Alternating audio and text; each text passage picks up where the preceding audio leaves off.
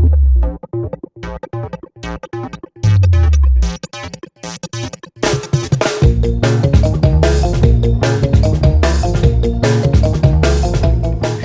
out. Just like the police. That's probably where they got their. So should we do a clap? Yes, we need to clap. Yeah, because ready. 1, 2. All right. Welcome to the Day After Podcast. Today we have a guest with us, as you can see, sitting right in between us. He is the security guard / temperature checker / usher / show you to your seater. Make sure you got your mask on. Enforcer. Mask enforcer, yeah. / go-to plumber. Who happens to own his business, and I got to name drop my brother-in-law here. So Mark Vasquez is with us tonight. So we're gonna A&M Plumbing for any local San Antonio seekers. he means local San Antonio.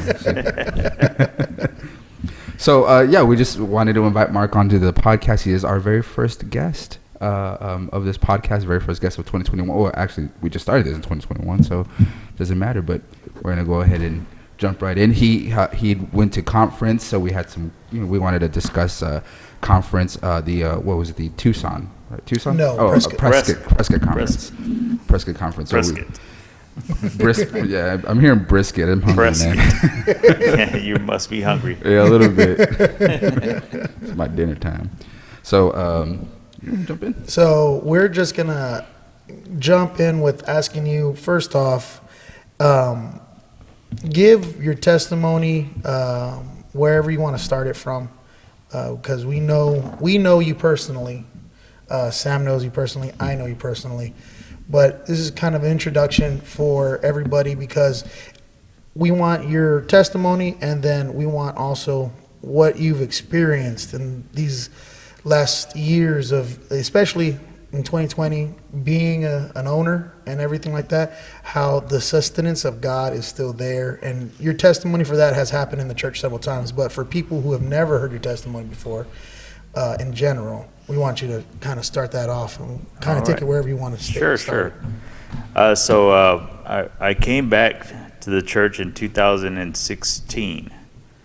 It was actually October 2016 is when I got saved in the church. That moment for me was very powerful when I got saved because it was a moment where God actually spoke to me. I was stubborn. I was bitter, mad at God.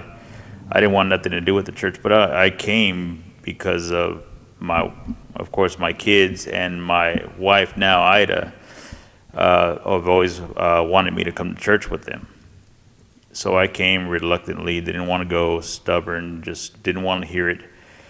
And one service that God spoke to me clear as day, just told me that, I can still use you to touch nations. And so when that happened, I just completely broke down, bowed my knee, said a prayer, and asked God to come back into my life. But before that, I was backslidden for over 10 years. I was 10 years out of the church, completely messing around in sin, doing everything, from drugs, alcohol, selling drugs, involved with several, organizations, people that I shouldn't have been involved with to begin with. But of course, running around the clubs and the bars and selling drugs, that's who you run into. You meet these people. And so, out of all that, my life was, before getting saved again, my life was in shambles. I was just out there, just didn't want nothing to do with the church, mad. I did whatever I wanted to do. Nobody could tell me nothing. But it was through the prayers of the people here in church that still knew me and still believed that I could get saved again. They prayed for me, and I strongly believe that, because it doesn't matter what I did out there. I felt God still tugging on my heart, still trying to pull on my heart, and every time it happened, I just completely shrugged it off. As just knucklehead, Yeah. I didn't want nothing to do with it. I was completely angry. So going into that, the reason why I was angry at God is because the very first time I was in church with my first wife, things had happened between us in the church where she ended up basically doing something. We both violated our vows in certain ways, but I was willing to try and make it work, and it just didn't work out between us. So we ended up splitting up, and that's the part where I just completely mad at God, because I felt like God allowed that in my life. Like it was God's fault. He didn't protect us from that. So, that's why I just completely stayed away from church all these years before I got saved in 2016. Now that I came back, I got married. Me and my wife Ida got married and made it right, got it right together, got married in 2016, December. And ever since then, God has really been moving in my life. God has really changed my life. Even I started my own business in 2017 is when I started my business off. And God's just been moving in my life ever since. I mean, I've actually had to come to a place in my life where, before I didn't really trust in God. I just went to work, try to do things on my own strength, like most of us do. Yep. But when I went to business, that's when I really got to know God and really had to come to trust in God for everything that came into our lives. And since then, God's really blessed our business. We've been doing great. Even in times when nobody else has been doing great, we've been doing great still. God has brought increase into the business, into our lives. I mean, it's been awesome. It's been awesome serving God, and it's been an awesome privilege just to come to church. It's to the point where, I don't come to church just because I feel like I have to, but I come to church because now I know I need to. Mm-hmm. And it's a release for me to be here at church. It's something where, to get away from all the craziness in the world, from all the headaches and frustrations of business, dealing with other people. And so when I come to church, I get to release all that here. Yeah. I get to release it, let it go at the altar, and, turn away from it. That's it. Yeah. You did mention reluctance on your part, wanting to come back to the church. And when you started finally coming back into it, and I only ask this because I feel like it's everywhere. Did you experience reluctance in your household when you started coming back to church? Like your family didn't really care for it? Yes and no. I mean, basically, one thing I come to understand, when you start to make those types of steps in serving God, mm-hmm. and start to actually serve God and make those steps towards serving God, keep your focus on God, things are going to be coming against you all around you. Yeah. The devil's going to use your family, your kids, your friends, even some of your own family members. Yeah. And not in the sense to always pull you away from church, but to bring negative thoughts mm-hmm. into your head, cause frustrations, cause arguments. And it's just at a point where, you got to recognize it. Mm-hmm. In a sense, you got to recognize these attacks, these things coming into your life that are demonic strategies against your life. Mm-hmm. And you have to be direct with them. You have to completely just, pray against it, cast it out. And your default has to always be Jesus Christ, because if it's not, you're not going to make it. Yeah.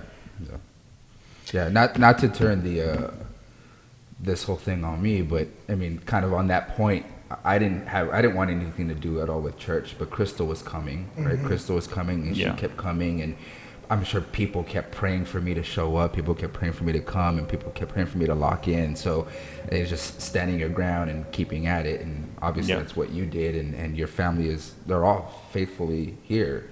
It's very cool to see Ida getting involved in the boot camp. Very cool to see your kids, knowing things in children's church. We have them in children's church, and MJ can be a little pain sometimes, but he knows his stuff. I just want to add to that. It really shows a testimony, because you credit Ida for really bringing you back. Yeah. And Sam can credit Crystal, and I can credit Priscilla because we came back after leaving together. We get right, we come back, and she was the one faithful. And I used the excuse of work, oh, like I'm too busy to be here.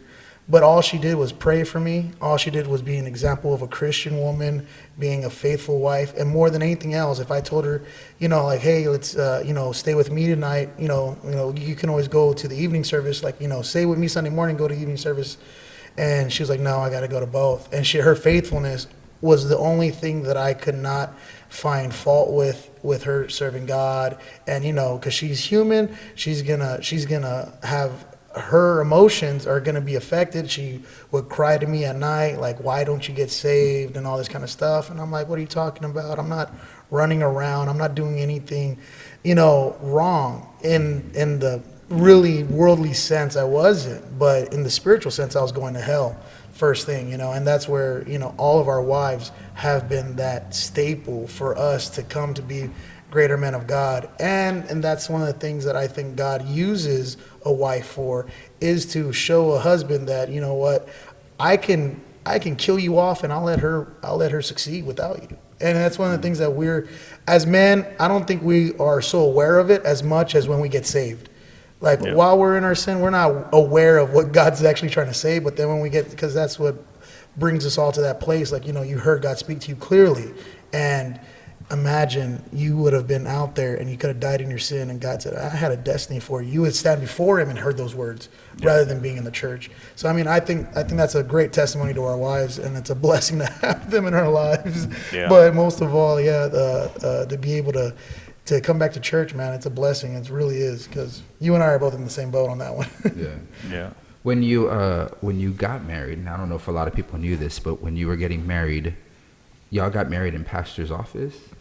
We got married in the old building in the children's church. Mm-hmm. Mm-hmm. And nobody knew about it? Nobody knew but me, Ida, the kids, and her brother. Yeah, so not even his parents knew. I remember his mom getting a video or a picture of them getting married, and there was just excitement in the house. We were there with them at that moment. That's so awesome. I thought it was interesting how that happened. Yeah. How did that happen? Basically, after coming back to church and getting my heart right, getting saved. Of course, we were living together in sin because we weren't married to each other at the time. Yeah. And just continue to come to church. Me being right, she didn't quite understand it, because she wasn't saved in a Christian church. She was in a Catholic church before. Her family's always, they never thought much about marriage. To them, it was just a piece of paper. Yeah. So they didn't think much about getting married. It's okay to just be together and not get married. So for her, she didn't understand it either. And me, knowing right from wrong, knowing that we were living in sin, I told her, look, I can't do this anymore. Either we get married or I'm going to have to move out, and we're going to have to separate until we get married. And she didn't want that to happen, so she said, okay, let's go ahead and get married. So that's why we made the decision just to get married right away. It wasn't about a big wedding for us, especially for me. It was just about getting it right. Yeah. That ultimatum sounds so familiar. Your sister did the same thing. And here I am. So. That's so good. I do want to go back to where you say how you described your release here in church, where a lot of people think that they would need several people to talk, like they need therapy or they need like some sort of like counseling. Yeah. So in the description of getting release here in church, how is it that, let's put it this way, how a week in your shoes happens, and then when you come to church, do you come with the anticipation of being like, I just need to lay it all out, or does God bring certain things to your heart as you're here? Before, when I used to come to church with things on my mind, things on my heart, just completely weighed down, I would just come just to be faithful. now it's to the point where I come into the presence of God. We come into worship, and though I might not be completely, into the service in the beginning, as the service goes on, especially during the worship service, one thing is my body, my mind, my spirit. I release all the anger, all the bitterness, all the frustration of things, and I'm actually, in a better mood when I just allow the presence of God to just take over. And a couple of guys, especially Jonathan Gordon, he works with me, so he can tell when I'm kind of frustrated and angry at sometimes. And so when he sees me coming into the church and he's like, "Are you okay? You okay?" I'm like, "Yeah, I'm all right." Just kind of down. I'm like, "Yeah, I'm all right." Just so as we get into the service and start, worshiping and everything, and then he sees me, and he sees me out there worshiping God, and he's like, "I see you feel better." I was like, "Yeah, I do." Yeah, that's awesome, and that's great. And I think that's a testimony to the fact that you're able to find that peace, especially like you said, how you turned away from God because you felt betrayed. But it's only through His presence can you actually feel like you're where you need to be, right? Is that kind of accurate? Yeah. I mean, like I tell everybody I come across and I witness to, whatever you go through in life, whatever you go through out there in the world, I know one thing for sure. For me, this is my home. This is where I need to be. Yeah. Regardless of what I'm going through, I can go through crazy things. I mean, we could have a disagreement, me and my wife at home. We don't always agree on everything, and sometimes we do have disagreements, but I can come to church, I can come to outreach and just completely just wipe all that away and just concentrate on God, and just lifts me back up, and I go home with a different attitude, a different spirit, and she picks up on that, and we're just back to where we are, just loving each other. Yeah, that's good. The people should know that too, that it's normal for couples to have disagreements. Right? Oh, yeah. I mean, if you agree on everything. Yeah, and that's not normal. Then you're in a marriage. Yeah. Then you're married to a mirror. She's really submitting to her husband. Exactly. No, I understand. I agree 100%. Yeah, 100%. There's no way that a man and a woman will always agree. But what the great part is that, as you described, she's able to pick up on that.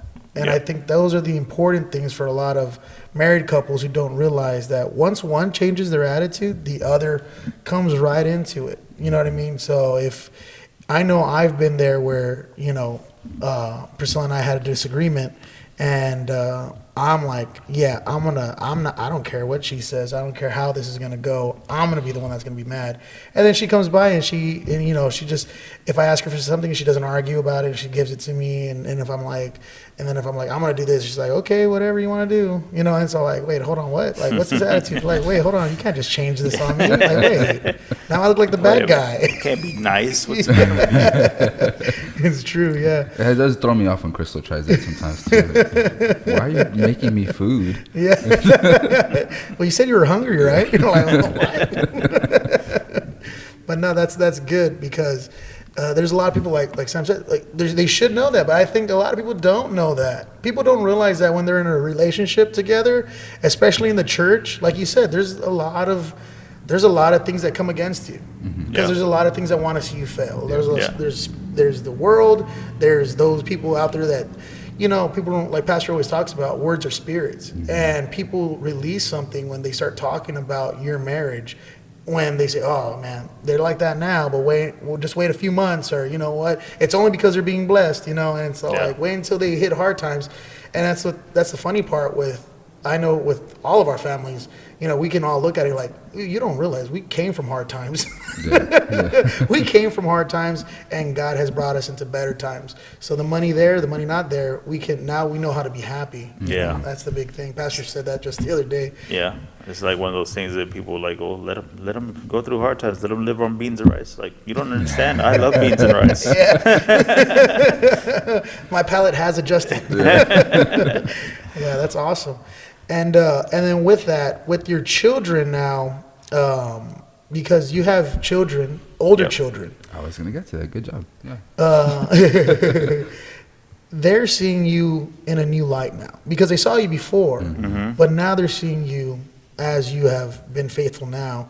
Do you ever get like different heart to hearts with them and different conversations with them and how you have changed and almost to their like wonderment, you know what I mean? They're like, oh man, what's going on? I mean, from time to time, we do have discussions between us. I do, always invite them out to church, trying to figure out ways to bring them out to church. But of course, you can't push them to do it. There is a little bit of a struggle there. They know what's right. They both want, to have God in their lives. They both want that blessing in their lives, but it's like they're still pulling back. They still can't completely, give into it, or they have the peer pressure of their friends around them, or in my daughter's case, boyfriend, so she still believes in God. He doesn't believe there's a God, and so there's always conflict, I think, between the two. And so I talk to both of them, and sometimes, you can sense that they want to come to church, like they want to be right with God. But they feel like if they give in now, then everything they've done has just been a waste, Yeah. So it's just one of those things where, like, they're still your kids. You still gotta love them, no matter what. Yeah. But all I can do is pray for them. That's all I Yeah. can do is continual prayer for them. And one day, praying that they come back to church, get their hearts right before it's too late, because we know it's not getting any better out here. Not at all. Do you believe in generational curses? Do you think what you went through before is probably the reason they are going through those things now? Yeah. Yeah.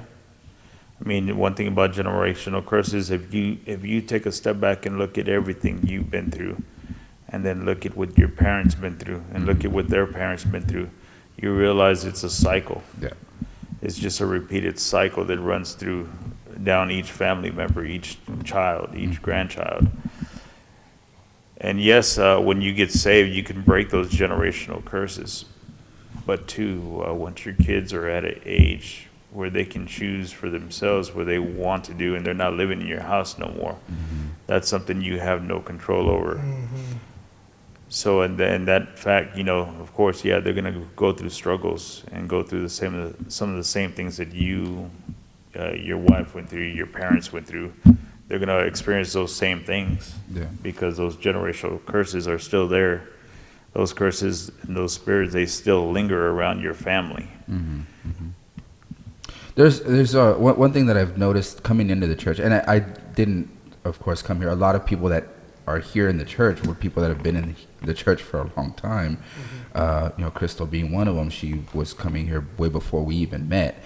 But that tells me that even though people, like kids, they run off, they do their thing, a lot of those kids are back. A lot of those kids are still here. So there's definitely hope for, like, if you're one of those people that has kids that's not in the church right now, and you're just like, oh, they're never going to come back. And I think that too, like, oh, sometimes like, oh, I don't know, that person's ever going to get saved. But, obviously I'm here, you're here. We all never thought we were going to get saved and come to church. Yeah. So, there's definitely a chance. I see it. I see your kids. I know they know. They know. Oh, yeah.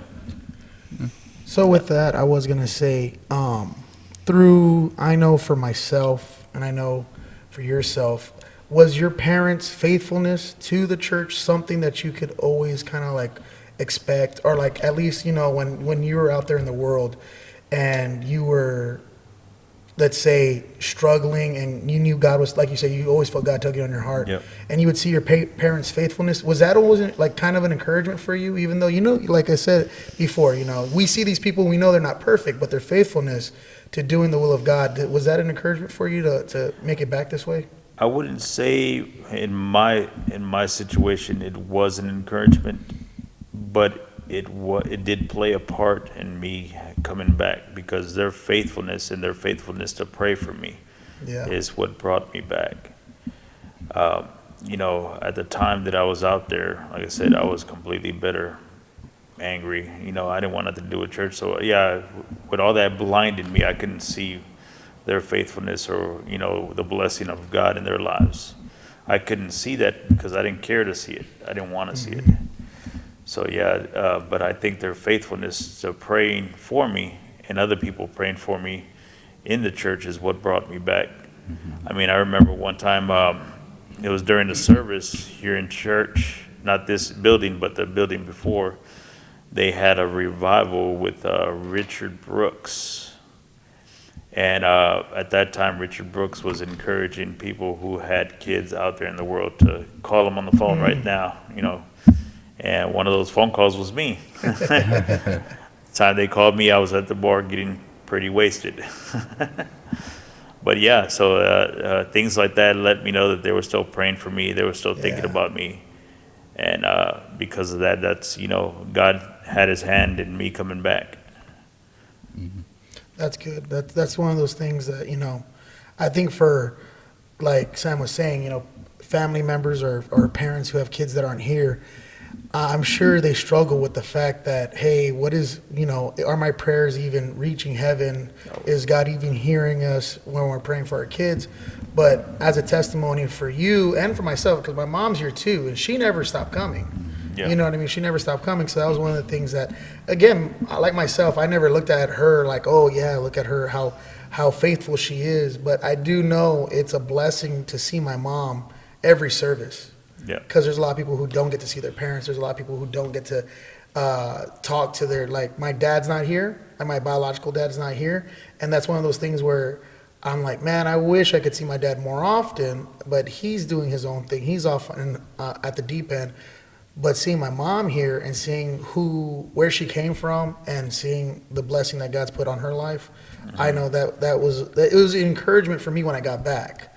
Not like you said, like not in the world, but I think that's exactly what the devil wants to blind us to, is that their faithfulness while they're faithful. But if they mess up, that's the first thing people point at. Yeah. Hey, look, your kids are going to point out if you're not being faithful, your kids are always going to point out, hey, what happened? Where's church at? Those are the words that they throw at you. So that's one of the things that I always find interesting is that because I was the same way. I didn't notice it. I was like, oh, that's good for her, whatever.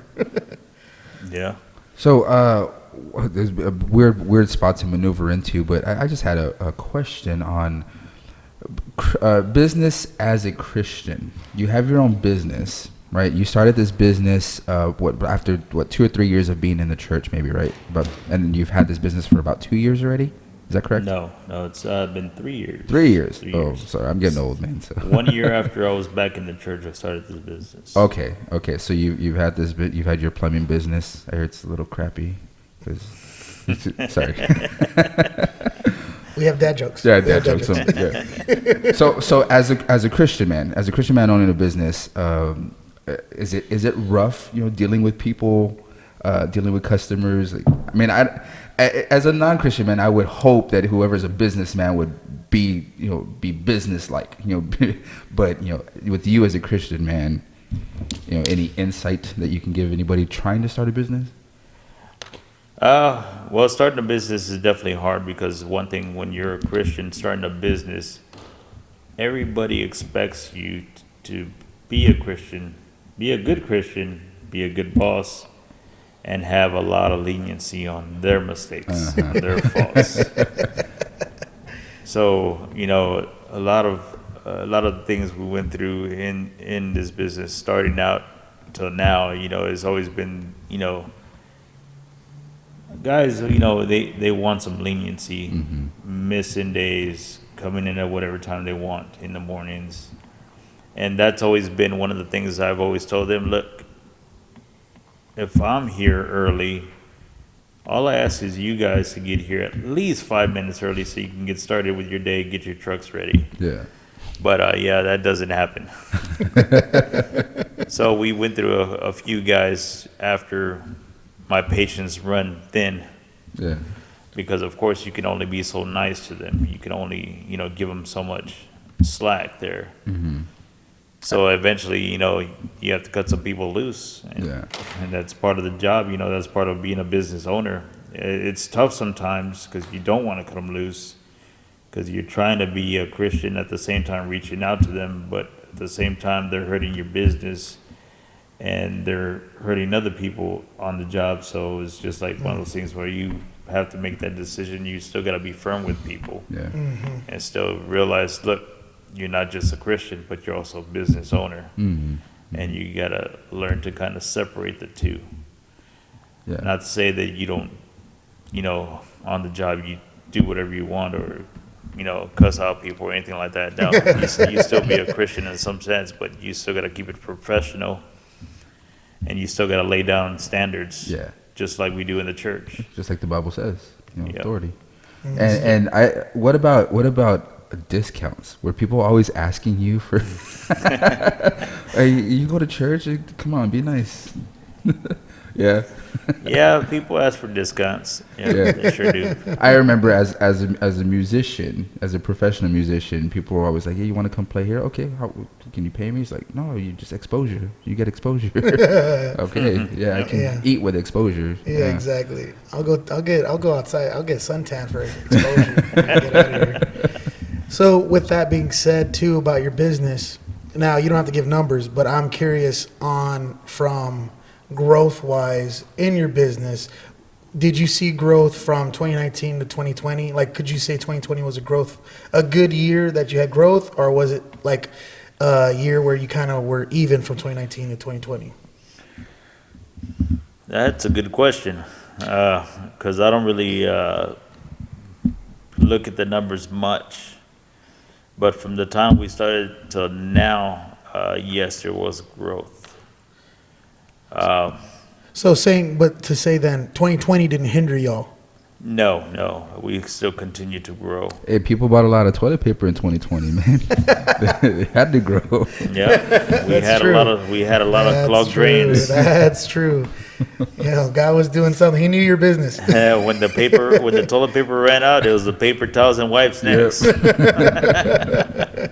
That's good, because that was one of the things that I think a lot of people look at when they see somebody going into business in general, especially during a time where it's unprecedented losses for a lot of people.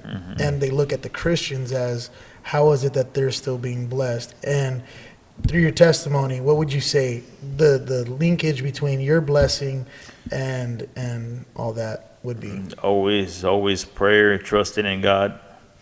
No matter what happened with other businesses, one prayer I would always pray, not for so much to make me a billionaire or anything like that, but like, God is like, you got to move in this business, you got to move in our finances, because if you want me to give more, then you got to increase, because that's the only way it's going to come in, and that's the only way it's going to go out.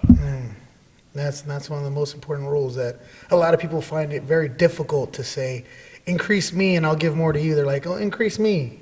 Yeah. And then at the end of all that increase, I'll see what I can give.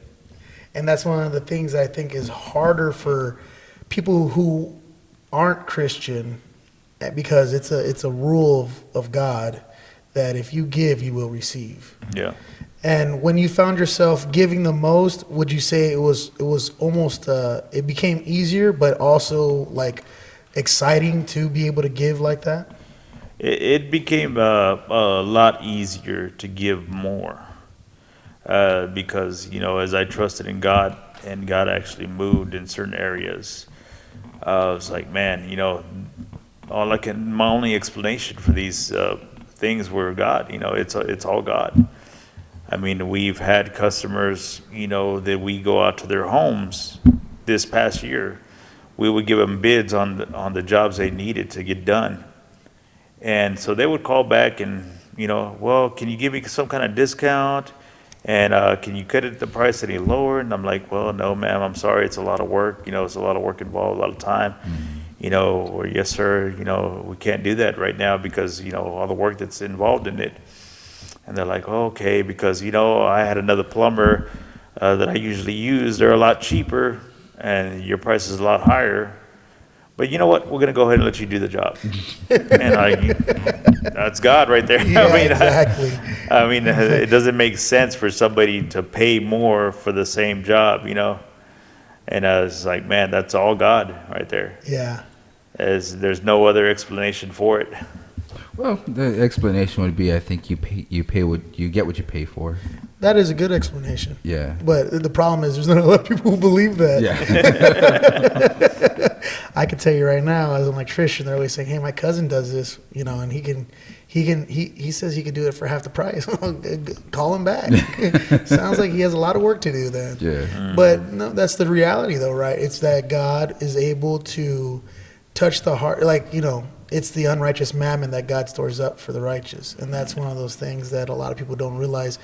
Even though, like you said, you're a Christian and you're trying to be a good Christian. So you almost get a sense of empathy for people who are like, hey, can you help me out? Yeah. But is there ever a time where God strikes in your heart saying, just, hey, that is what you bid? That's what you stay. Is that one of those things? Yeah, pretty much I don't really go up on the price on anything.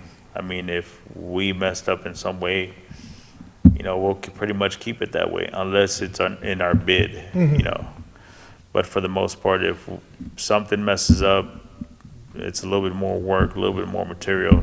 Pretty much we'll just go ahead and do the job anyways. Yeah.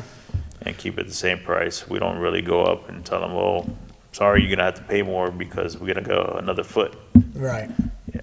The only time we have to do that, and like I said, on big projects, big jobs where we actually have it in our bid, this is how much it's going to be per foot or something like that. Yeah, that's understandable. And that's what, but in people trying to convince you, has there been anybody that where God's touched, said, okay, for this person, do something? Very few people. A few people, yeah. Yeah, have helped out a few people here and there. Basically did the jobs at no cost. Wow. So yeah. So in doing that, did you see a return outside of that where you're like, oh, Yeah. and God says, hey, that was for this? Yeah. Yeah. Yeah. Yeah, we've always seen, like I said, God's always been there, has always blessed us in so many ways. I can't explain how many times God has blessed us. The most recent time was just recently. I had an issue with, I had bought some Spurs tickets probably about a year ago already, a little bit more than that. And so it was a 10-game mini pass. So on the last 5 games of that 10 game, basically that's when COVID kicked in, lost those tickets, basically couldn't get a refund. They wanted to credit them to the next season. So I'm like, well, I'm not ready to go back and, go see another game. I thought it was a waste of money, basically, which it was. Mm-hmm. It was fun to take the kids, but I didn't see a reason to go to that many games. Yeah. So again, they wanted from this past season, they just basically a dead season again because nobody can go to watch the games. Yeah. They wanted to kick it over to next season again, and so one of their things on their policies is no refunds on these tickets. So I'm like, oh well, I lost out on that money. Got to figure out something else to do. So they sent me an email asking me what I wanted to do with this credit I had on for these tickets. So they emailed me, and I emailed them back. I was like, what are my options? So they gave me a number to call that number, talking to the lady with the phone. She's like, well, sir, we can credit them to the next season and this and that, get you a little bit better seating, and then we'll use that credit towards those season tickets, and you just pay off the balance every month and, no interest on it. I was like, It's like, what other options do you got? It's like, because I don't think we're ever going to go back to another game. And she goes, oh, you're not coming back to any of the games anymore? I was like, nope. I was like, there's got to be something else. So, out of the blue, she's like, okay, well, since, you're not going to be going to any games, I'll tell you what, we're going to go ahead and give you a full refund. Wow. And I was like, wow, okay, that's nice, because I've been praying to God, we want to make a conference to El Paso. And I was like, man, you help me in this, God, I need you to make a way for us to go. We need the money. And so now we got the money. We're going to use that. Praise God, man. That's awesome. So that's really going to help us out right there. I was like, Yeah. wow. And in all of that, speaking of conference, Yeah. would you say that God put it on your heart, or would you say that it just became a really like to go to Prescott, right? Did you go to Prescott? Did you go to conferences very often before Prescott this year? I want to say yes. We try to make it to as many as we could. So, and then to go to Prescott, was it did God put it on your heart, or were y'all just really like, we need to get back into the things that we were doing before? With conference, it's been more of a personal conviction. Good. A personal conviction to go to conference. Because not only is conference, conference is awesome. Just the presence of God alone is just, it really does bring you to your knees. The prayer, people getting healed left and right. Just the presence in conference, it's awesome. But the whole reason behind going to conference is one thing for sure. When I go to conference, because when I'm here in our church, yes, I'm here in the services, but I don't get to enjoy all the services like everybody else sitting down. Right. So conference is a time for me just to really sit down and enjoy the services. I really get to sit down and enjoy the sermons and enjoy the preaching. I get to enjoy going to prayer, and I'm not the one at the door watching people. It's funny because I actually just wrote down a question, kind of in that lane. And lately we've seen, and it's nothing new, but we've seen in the news like shootings at churches that happen. So does that keep you on high alert with people walking in or people walking around the building, or because I know you're strapped, so. It does. I've always been alert. I've always been that type of person, looking at everybody in the crowd, everybody around me, type of person. So in a sense, the position that I have, watching people, making sure nobody's going to come in and shoot up the place. It kind of, it fits perfectly. Yeah. Because that's the way I was out there in the world, in the bars, same thing. Yeah. I was like that too. I've done security in the bars as well. And so it's kind of, I've always had that alertness when I'm always looking at everybody who's digging in their pockets, who's actually, got a gun on them, or, things like that.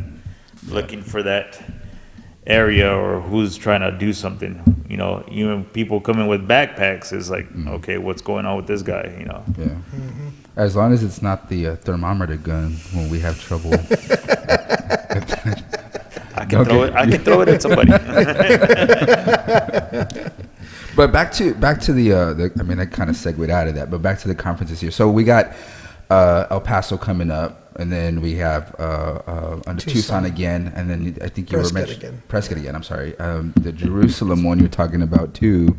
So is that your intention? Are you trying to go to each one of these, or are you just do you have one? That's what I'm trying. Yeah, that's what I've been praying for, and that's what I'm trying for. Yeah. So in that, would you say, so there's a scripture where Jesus says, I will give you your heart's desires.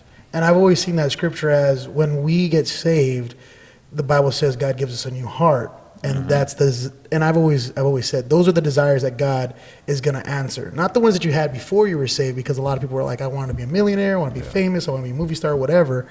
No, when you get saved, he gives you a new heart. And in that new heart, those are the desires that God will answer. Do you think that this is one of those things where God has placed those desires on, like you have these desires in your heart and God's answering these prayers? Yeah. Basically, I said, these are things that God's placed on my heart. It's a personal conviction. I mean, not everybody has a conviction to go to conference or go to every conference. And that's what, I've been thinking about it strongly this year. And I'm like, well, we're going to try and do it. We're going to try and make every conference. I also want to make the trip to Jerusalem. And that's another big thing on the list. And so, we just been praying and just praying that God moves in our finances, moves in the company. Yeah. Because definitely we're going to need a move of God on this. Well, I mean, you already seen blessing coming out because you're like, hey, this is my heart's desire to go to El Paso. Yep. And boom, here you go. God says, I hear your heart's desire and I want to fulfill it. Yep. Because that keeps you involved with everything that's going on here, because the church is not slowing down, it's only speeding up. And that's one of those things that I would always like to encourage people, like, hey, if God's placed a desire on your heart, don't discredit it by saying, well, I can't, because he'll give you those desires. That's one of the main things. Yes, amen. I don't know if it was like COVID that caused it or what, but I think people seeing that church can be taken away, like it did. I mean, we've seen an amazing amount of people that wanted to go to conference this year. Like a lot of people wanted to go. A lot of people did. A lot of people that hadn't gone in a long time went. So that was very, very cool. And one thing I wanted to say is, we're close, or I like to think we're close. I know you personally. I know the past life person. When I was in a band, he used to come to my shows. And just kind of I'm getting somewhere with this, okay? He used to come to my shows. He used to buy everybody drinks. I was always excited when he showed up because I knew it was gonna be a good time. But I know he was always drinking. I always saw him drinking. I always saw you wanting to get into fights. That was what scared me all the time, because I'm not a fighter, man. But when I see somebody look at him bad, I'm like, I'm backing away.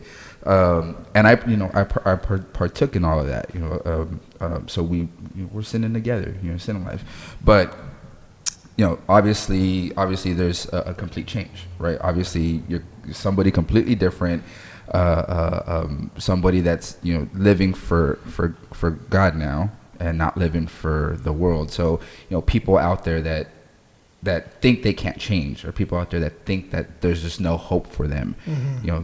You are a testament to hope. Your testimony is that. And all of us have our individual ways of hope, but you as an alcoholic, you as a person that just wanted to start trouble all the time, and now you're here protecting the church, you're here blessing people, way more than you really need to, but that's everybody appreciates that. I know that you blessed me. If it wasn't for you, I would have had a crappy birthday, like, honestly, because I was in COVID. I was COVID quarantined on my birthday, and the day before, Mark had hooked me up with some new suits.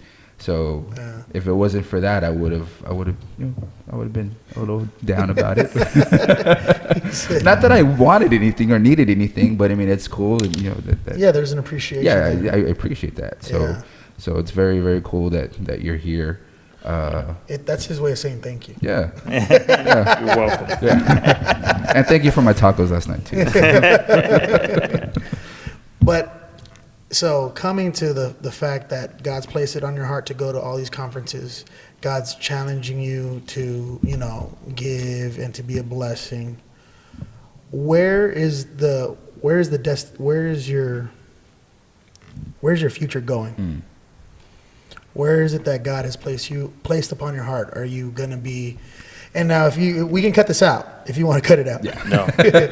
No, but is God calling you to do things that you never thought you were going to do? Is he asking you to go preach? Is he asking you to be an evangelist? Is he asking you to be, because when we have a desire for God, there's not just pastoralship is one of those things that we look at as the top, or missionary, but there's also evangelists, there's also pillars, important roles in the church that are essential for the movement of God. Where is your future so far from what you can see? Where is it that you're headed towards? I mean, as far as me here in the church, I mean, God, I believe God's calling me to be a pillar, not to be the one that goes out to go preach, but to help to send those people out to go preach. And that's why I get so excited, especially in conference, when we see all the people we're going to send out. Yeah. I mean, that's an excitement for me to see all these people that we're sending out, especially when Bulgaria was probably one of the biggest ones for us. Yeah. I mean, 3 churches, 3 couples right there going to Bulgaria. That was awesome. And so, yeah, I would love to see more of that. That's my thing. That's where I want to be. I want to be the person that has a part in sending people out. And that's why I, jokingly, I always tell guys, if you don't cut it out, you don't quit messing with me, I'll make sure I'm going to send you on the other side of the world. Yeah, that's good. So now, okay, I'm going to go a little bit deeper now. Coming to terms with that, was that something hard for you to do? Did you ever have the desire to be a pastor or to be on the pulpit to even to be preaching to people?